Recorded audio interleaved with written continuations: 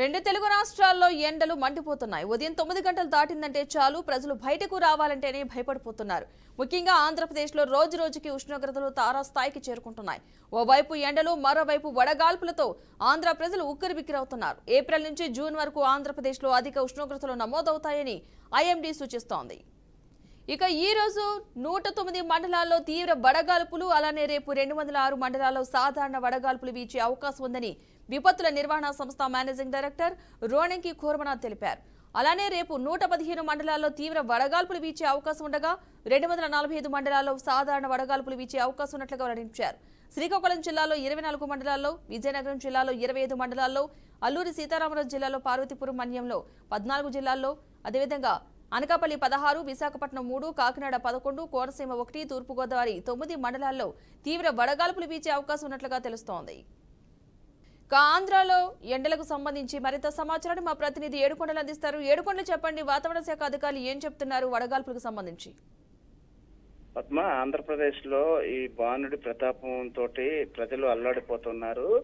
April starting లోనే ఈ భారీ స్థాయిలో ఎండలు అధికంగా నమోదవుతున్నాయి, ఉష్ణోగ్రతలు అధికంగా నమోదవుతున్నాయి. ఒక పక్క ఏపీ విపత్తుల నిర్వహణ శాఖ ఎప్పటికప్పుడు ఈ వాతావరణ శాఖకు సంబంధించినటువంటి అప్డేట్ ని ఇస్తుంటే, మరోవైపు ఐఎండీ సూచనల ప్రకారం ఏప్రిల్ నుంచి జూన్ వరకు కూడా ఆంధ్రప్రదేశ్ లో అధిక ఉష్ణోగ్రతలు నమోదవుతాయని, ఈసారి ఎక్కువ రోజుల పాటు వడగాల్పులు వీస్తాయని విపత్తుల నిర్వహణ సంస్థ మేనేజ్మెంట్ డైరెక్టర్ రోణంకి కోరమనాథ్ తెలిపారు. అయితే దీనికి సంబంధించి ప్రజలంతా అప్రమత్తంగా ఉండాలంటూ కూడా సూచిస్తున్నటువంటి పరిస్థితి. ఈ రోజు చూస్తే ఆంధ్రప్రదేశ్ వ్యాప్తంగా 109 మండలాల్లో తీవ్ర వడగాల్పులు, 206 మండలాల్లో వడగాల్పులు వీచేటువంటి అవకాశం ఉంది. అలాగే రేపు చూస్తే 115 మండలాల్లో తీవ్ర వడగాల్పులు, అలాగే 245 మండలాల్లో వడగాల్పులు వీచేటువంటి అవకాశం ఉంది. అంటే చూస్తే గత 4 రోజుల నుంచి కూడా 10, 20, 40 అట్లా పెరుగుతూ వస్తుంది. ఈ రోజు చూస్తే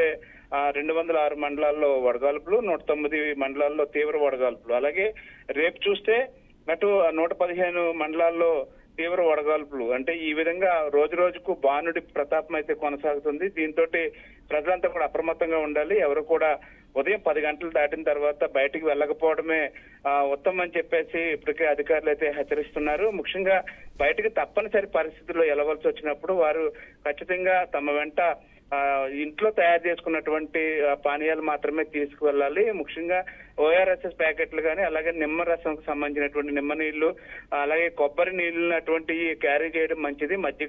మజ్జిగను కూడా క్యారీ చేయడం మంచిదని చెప్పేసి సూచిస్తున్నారు. అయితే ఈ యొక్క వడగాల్పులతో పాటు రాష్ట్రంలో అత్యధిక ఉష్ణోగ్రతలు కూడా నమోదవుతున్నటువంటి పరిస్థితి కనిపిస్తుంది. నిన్న చూస్తే 43.8 డిగ్రీల వరకు కూడా ఈ ఎండ నమోదైంది. అయితే ఇది మరికొద్ది రోజుల్లోనే 50 డిగ్రీలు దాటేటువంటి అవకాశం కూడా ఉంది. కాబట్టి ప్రజలు ఖచ్చితంగా తగు జాగ్రత్తలు తీసుకుని మాత్రం వెళ్ళాలని చెప్పేసి అధికారులు అయితే సూచిస్తున్నటువంటి పరిస్థితి.